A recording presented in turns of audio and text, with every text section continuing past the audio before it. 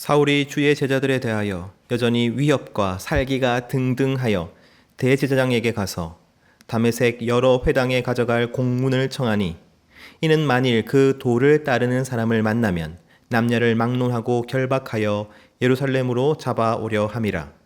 사울이 길을 가다가 다메섹에 가까이 이르더니 호련히 하늘로부터 빛이 그를 둘러 비추는지라. 땅에 엎드러져 들음에 소리가 있어 이르시되 사울아 사울아 내가 어찌하여 나를 박해하느냐 하시거늘 대답하되 주여 누구시니이까. 이르시되 나는 내가 박해하는 예수라. 오늘 설교 본문은 사도행전 9장 1절부터 18절까지 말씀입니다. 역사상 가장 유명한 바울의 회심 사건이죠. 그래서 오늘은 바울 혹은 사울이라고 불리는 인물에 대해서 잠깐 살펴보도록 하겠습니다. 사울은 같은 베냐민 지파로서 이스라엘의 초대 왕이었던 사울의 이름을 딴 유대식 이름입니다. 그리고 바울은 사울을 헬라식 혹은 로마식으로 부르는 이름이었죠. 즉 사울이 회심 후에 바울로 이름이 바뀐 것이 아니라 동일한 사람을 유대식으로 부를 때는 사울이 되고 헬라식으로 부를 때는 바울이 되었던 것입니다. 사울은 지금의 튀르키예 남부 해안 다소라는 도시 출신입니다. 다소는 헬라의 대도시였죠.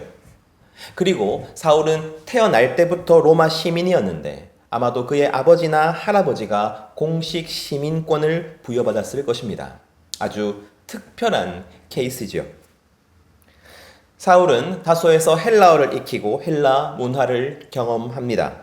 그리고 예루살렘에서는 바리새파의 유명한 스승이었던 가말리엘의 지도하에 율법을 공부하게 되죠.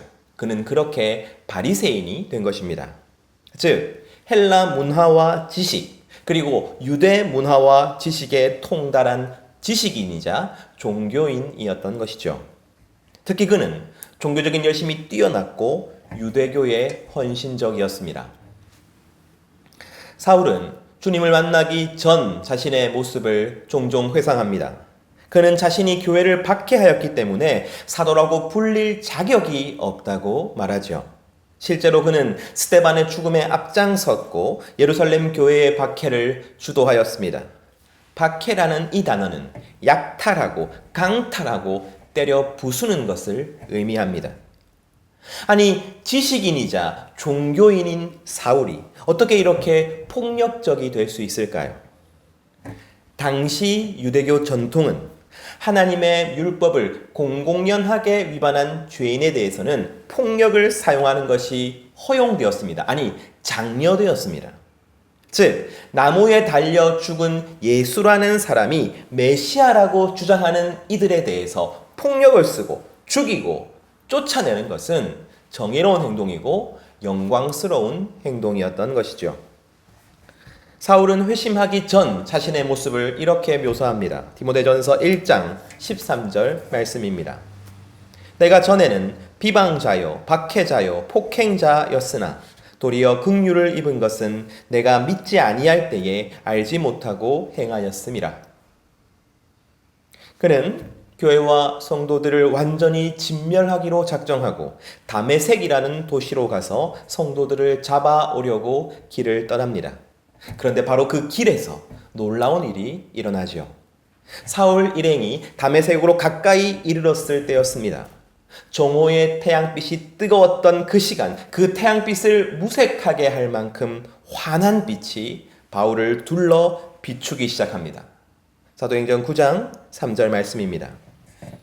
사울이 길을 가다가 다메섹에 가까이 이르더니 호련히 하늘로부터 빛이 그를 둘러 비추는지라. 그뿐만 아니었습니다. 하늘에서 소리가 들렸습니다. 사울아 사울아 네가 어찌하여 나를 박해하느냐. 유대 문화에서 이름을 2번 부르는 것은 아주 중요하거나 아주 급박할 때였습니다. 사울은 되묻지요. 주여 누구시나이까. 구약에 정통한 사울이 주여라고 불렀다는 것은 지금 자기에게 말하고 있는 대상, 지금 자기가 만나고 있는 대상이 하나님의 사자이거나 하나님 자신임을 알았다는 사실입니다. 그런데 사울은 전혀 예상치 못한 대답을 듣게 되죠. 사도행전 9장 5절 말씀입니다. 대답하되 주여 누구시니이까? 이르시되 나는 내가 박해하는 예수라. 이 순간 사울은 깨닫습니다. 십자가에서 죽은 나사렛 예수가 살아 계시다는 사실을 말이죠. 그가 나무에 달려 죽었기 때문에 그는 구원자일 리 없고 교회는 당연히 거짓을 말하고 있고 그래서 내가 그들을 박해하는 것이 당연했는데 그 예수님이 살아계시는 것입니다. 그렇다면 죽음에서 살아난 그 예수님이 그리스도가 확실하지요. 메시아가 확실하지요. 구원자가 확실합니다. 사랑하는 성도 여러분, 사울은 부활하신 예수님과 만났습니다. 그러자 더 이상의 논쟁도 고민도 의심도 필요하지 않았습니다. 그는 예수님 앞에 완전히 엎드러집니다. 바로 이것이 회심입니다. 회심이란 마음을 돌이키고 삶을 돌이키는 것입니다. 회심이란 세상 나라에서 하나님 나라로 국적이 바뀌는 것입니다. 회심이란 죄에서 돌이켜 구원을 받는 것입니다. 즉 하나님 나라 확장은 회심으로 이루어지는 것이죠. 예루살렘과 온 유대에서 회심이 이루어집니다. 사마리아에서 회심이 이루어집니다. 땅끝에서 회심이 이루어집니다. 바로 이것이 하나님 나라의 확장입니다. 하나님 나라가 세상 나라에 대하여 승리하는 방식은 바로 이 회심이 이루어지는 데 있는 것이죠. 사도행전은 사울의 회심 사건을 3번이나 반복해서 우리에게 보여줍니다. 이는 이중적인 의미가 있습니다. 첫 번째는 사울이라는 인물이 사도행전에서 가지는 의미가 크다는 것을 보여주죠. 또한 두 번째는 사울이란 사람의 회심을 통해서 모든 성도들의 회심을 보여주는 것입니다. 즉 모든 회심에 당연히 있어야 하는 것, 반드시 있어야 하는 것이 무엇인지 우리에게 보여주고 있는 것이죠. 사랑하는 성도 여러분, 회심은 예수님을 만나야만 합니다. 살아계신 예수님을 만나야만 비로소 회심하게 되는 것입니다.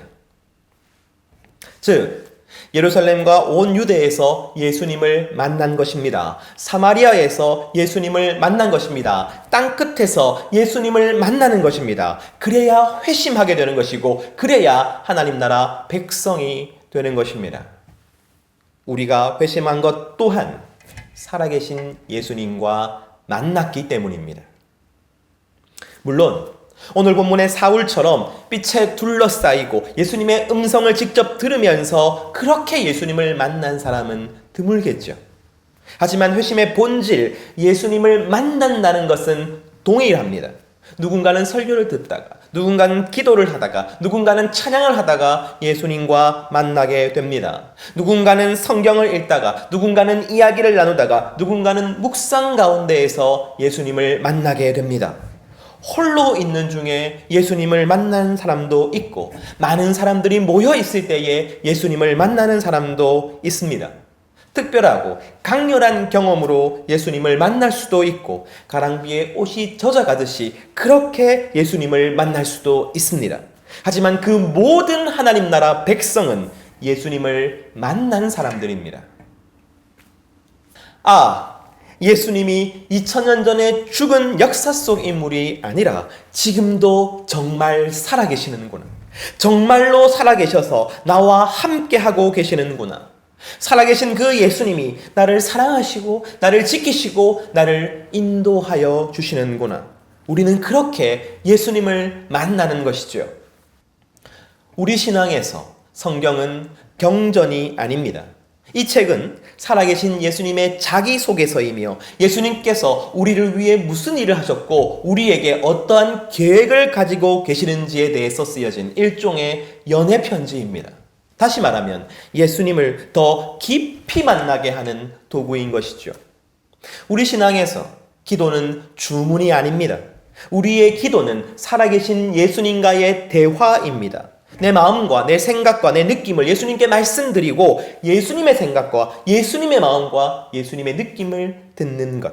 인격적인 소통을 통해서 예수님과의 관계를 더욱더 깊게 만드는 도구인 것이죠. 신앙생활이란 다른 것이 아니라 살아계신 예수님과 함께 동행하는 것을 의미합니다. 언제 어디서 무엇을 하든지 나와 함께 계시는 살아계시는 그 예수님을 의식하고 예수님을 생각하며 살아가는 것이죠. 그렇다면 전도는 무엇입니까? 바로 살아계신 예수님을 만나게 해주는 것입니다. 우리가 전도할 때 하는 다양한 행동들이 있습니다. 그 모든 행동들의 목적은 상대로 하여금 살아계신 예수님을 만나게 해주는 것입니다. 정말로 한 영혼이 구원받고 하나님 나라 백성이 되기를 원한다면 그에게 필요한 것은 다른 것이 아니라 오직 살아계신 예수님을 만나는 것입니다. 사랑하는 성도 여러분, 그렇다면 우리가 어떻게 해야 사람들로 하여금 살아계신 예수님을 만나게 할 수 있을까요? 사실 살아계신 예수님을 만난다는 것은 신비입니다. 제가 다 아는 것처럼 이렇게 설교하고 있지만 하나님 우편에 앉아 계신 예수님을 오늘 내가 만난다는 것은 내가 전부 이해할 수 없고 완전히 설명할 수 없는 신비의 영역인 것이죠. 다시 말하면 이렇게 하면 100% 예수님을 만날 수 있더라. 이런 방식이나 공식이 있는 것이 아니라는 말씀입니다. 하지만 걱정하지 마십시오.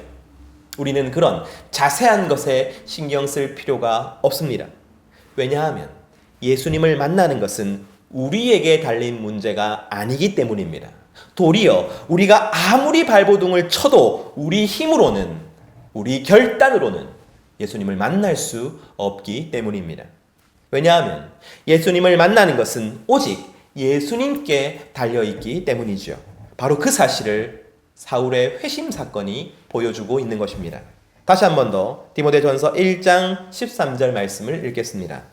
내가 전에는 비방자요 박해자요 폭행자였으나 도리어 긍휼을 입은 것은 내가 믿지 아니할 때에 알지 못하고 행하였음이라. 오늘 본문에서 사울은 예수님을 만났습니다. 하지만 오늘까지 그는 예수님을 만나기 위한 어떤 노력도 한 적이 없습니다.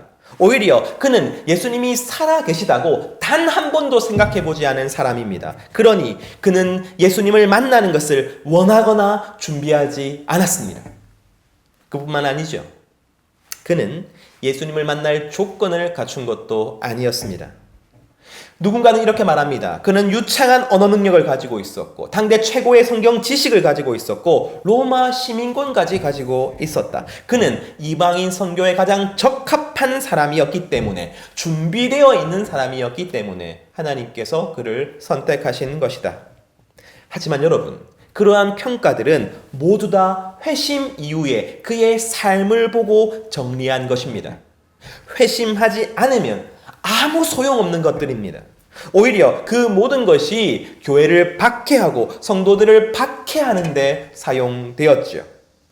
예수님을 만나기 전에 그는 단지 비방자요, 박해자요, 폭행자였을 뿐입니다. 하지만 그러한 사울을 예수님께서 주권적으로 찾아가신 것입니다. 예수님께서 사울을 기다리신 것이며 따라잡으신 것이며 붙잡으신 것입니다. 사울이 예수님을 찾은 것이 아닙니다. 예수님께서 사울을 찾으셨습니다. 예수님께서 사울을 만나셨습니다. 예수님과 우리의 만남도 동일합니다. 오직 예수님께서 계획하시고 예수님께서 역사하시고 예수님께서 이루어 내시는 것입니다. 그렇다면 예루살렘 교회를 세운 것이 누구입니까? 베드로입니까? 아니지요. 예수님께서 기도하고 있는 제자들을 만나신 것입니다. 예수님께서 설교를 듣던 유대인들을 만나주신 것입니다. 그래서 유대인들이 회심할 수 있었던 것이죠. 그렇다면 예수님께서 예루살렘 교회를 주도적으로 세우신 것입니다. 사마리아 교회를 세운 것은 누구입니까? 빌립입니까? 베드로입니까? 아니지요. 예수님께서 계획하시고 예수님께서 역사하시고 예수님께서 사마리아 사람들을 만나 주신 것입니다. 사마리아 교회 또한 예수님께서 주도적으로 세우신 것이죠. 이처럼 교회를 세우는 일, 모든 전도와 모든 선교에 있어서 주권은 예수님께 있습니다. 하나님 나라 확장의 주권은 오직 예수님께 있습니다. 회심이 예수님과의 만남에 달려있고 예수님과의 만남은 오직 예수님께 주권이 있기 때문이죠. 여기 있는 우리도 마찬가지입니다. 우리가 결정해서 예수님을 믿은 것이 아닙니다. 우리가 예수님을 택한 것이 아니라 예수님께서 우리를 택하여 주셨죠. 예수님께서 나를 붙잡으셨고 설득하셨고 만나 주셨습니다.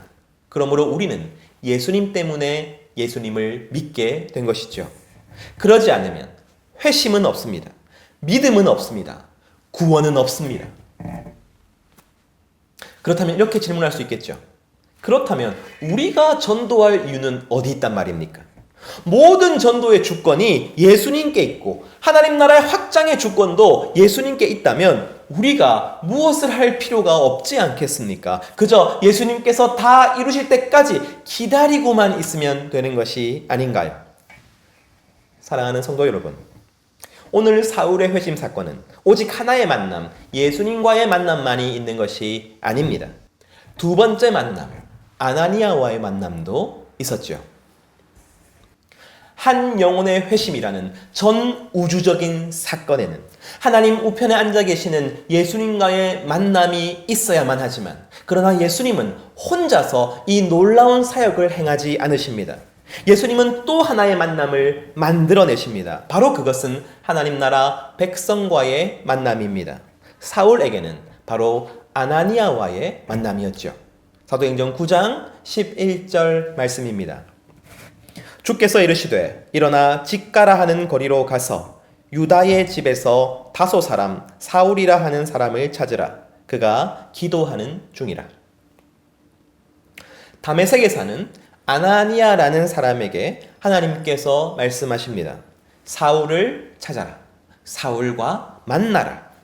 하나님께서 아나니아에게 이 특정한 만남을 명령하고 계시는 것이죠. 왜냐하면 사울의 회심에 이 만남이 필요하였기 때문입니다. 하지만 아나니아 입장에서 생각해 보지요. 사울은 스데반의 죽음에 책임이 있고 예루살렘 교회를 박해한 인물입니다. 게다가 지금 자신이 살고 있는 다메섹으로 자신을 포함한 성도들을 잡아가기 위해 왔던 인물이지요. 사울이야말로 아나니아 입장에서는 자신의 땅끝입니다. 거절해야 하고 배척해야 합니다. 절대로 한 공동체 안에서 형제 자매가 될 수 없는 사람이지요. 그런데 지금 예수님께서 그를 만나라고 말씀하시는 것입니다. 지금 아나니아는 자신과 가장 먼 땅끝을 만나라는 명령을 받았습니다. 그리고 그는 순종하지요. 아나니아는 사울을 만났습니다. 바로 이 만남이 사울의 회심에 필요한 것이죠. 이전의 회심들도 마찬가지였습니다. 예수님께서 예루살렘의 영혼들을 만나셨습니다. 하지만 베드로도 예루살렘의 영혼들을 만났지요. 예수님께서 사마리아의 영혼들을 만나셨습니다. 하지만 빌립도 사마리아의 영혼을 만났지요. 바울이라 불리는 사울은 땅끝의 영혼들을 만나게 될 것입니다. 그리고 예수님께서 그 영혼들을 만나실 것입니다. 그리고 그들을 회심시키실 것입니다. 바로 이것이 하나님 나라 확장의 작동 원리인 것이죠.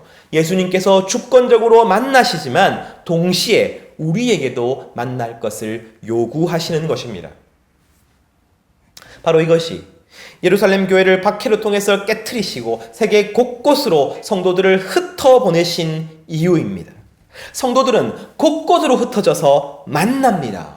예루살렘과 온 유대에서 만났습니다. 사마리아에서 만났습니다. 그리고 오늘 사울까지 만나게 되는 것입니다. 이 만남을 사용하여서 예수님은 한 영혼을 회심시키시는 것이죠.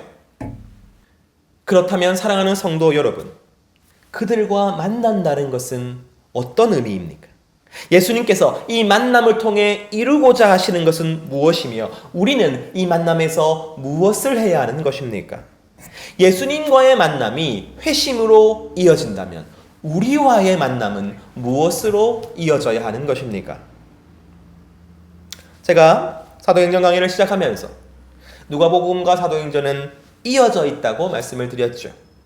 누가복음 강의에서 제가 계속해서 강조하던 것이 있었습니다. 우리에게는 친구 삼아야 하는 나사로가 있다고 말이지요. 그리고 불의한 청지기가 지혜롭다고 칭찬받은 이유는 소유를 가지고 친구를 삼았기 때문이었습니다. 이처럼 누가복음의 핵심 메시지는 친구를 삼는 것이었습니다. 그리고 지금 아나니아도 친구를 삼고 있습니다. 사도행전 9장 17절 말씀입니다. 아나니아가 떠나 그 집에 들어가서 그에게 안수하여 이르되 형제 사울아 주 곧 내가 오는 길에서 나타나셨던 예수께서 나를 보내어 너로 다시 보게 하시고 성령으로 충만하게 하신다 하니. 아직 공식적으로 사울이 교회의 일원이 된 것이 아닙니다. 사울이 그 어떤 회개나 사과를 한 적도 없습니다. 심지어 예수님을 믿는다고 말한 적도 없습니다. 그러나 아나니아는 사울에게 가서 사울을 이렇게 부릅니다. 형제 사울아. 여러분, 지금 아나니아가 무엇을 하고 있습니까? 사울을 친구로 대하고 있습니다. 사울을 형제로 대하고 있습니다. 너무나 충격적인 일에 눈이 멀어서 고립되어 있고 어둠 가운데 있는 사울을 그가 친구 삼기 하고 있는 것이죠. 스데반의 죽음에 책임이 있는 자, 예루살렘 교회의 박해자, 그리고 다메섹에 자기와 같은 성도를 잡으러 온 대적 사울을, 땅끝인 사울을 친구 삼고 있는 것입니다. 여러분, 친구 삼기라고 해도 되고 형제 자매라 삼기라고 해도 되고 환대하기라고 해도 상관없습니다. 그는 진심을 다해 사울과 함께합니다. 자신이 할 수 있는 최선의 것을 해줍니다. 그를 사랑합니다. 우리가 만나야 하는 목적은 바로 이처럼 친구 삼는 데 있는 것이죠. 사랑하는 성도 여러분, 우리가 한 영혼의 회심을 위해 할 수 있는 가장 효과적이고 가장 결정적인 일은 다른 것이 아니라 그와 친구가 되는 것입니다. 그의 형제 자매가 되는 것입니다. 그를 환대하는 것입니다. 여러분, 그에게 복음을 전해야 하지요. 하지만 복음을 한번 전하고 나서 나는 내 삶으로 돌아와 내 문제에 몰입해서 살아가는 것이 참된 하나님 나라 백성의 삶이 아닌 것입니다. 예수님은 우리에게 가서 만나서 친구 삼으라고 명령하십니다. 왜냐하면 예수님께서 하나님 나라 확장에 사용하고자 하시는 것은 돈이나 명예나 권세가 아니라 그 사람과 친구 될 수 있는 성도이기 때문입니다. 가서 그 사람을 만나서 그 사람과 친구가 될 수 있는 성도이기 때문입니다. 사랑하는 성도 여러분, 오늘 우리는 회심에 필요한 두 가지 만남을 함께 나누었습니다. 우리 곁에 구원을 받아야 하는 사람이 있습니까? 회심이 필요한 사람이 있습니까? 그에게 필요한 것은 무엇보다도 살아계신 예수님과의 만남입니다. 그러니 간절히 기도하십시오. 무엇보다 이것이 중요함을 기억하십시오. 예수님께 맡겨드리고 그의 은혜와 자비를 구하며 기도하고 또 기도하십시오. 하지만 우리 또한 그를 만나야 하는 것을 잊지 마십시오. 우리가 그의 좋은 친구가 되어야 합니다. 그의 형제 자매가 되어야 합니다. 그를 진심으로 환대해야 합니다. 바로 그것이 우리의 책임인 것이죠. 바로 그러할 때 우리는 비로소 한 영혼이 회심하는 것을 보게 될 것입니다. 하나님 나라가 확장되는 것을 보게 될 것입니다. 이 두 만남을 통해 예수님께서 다시 오실 그 길을 충실히 예비하는 하나님 나라 백성으로 살아가기를 간절히 소원합니다.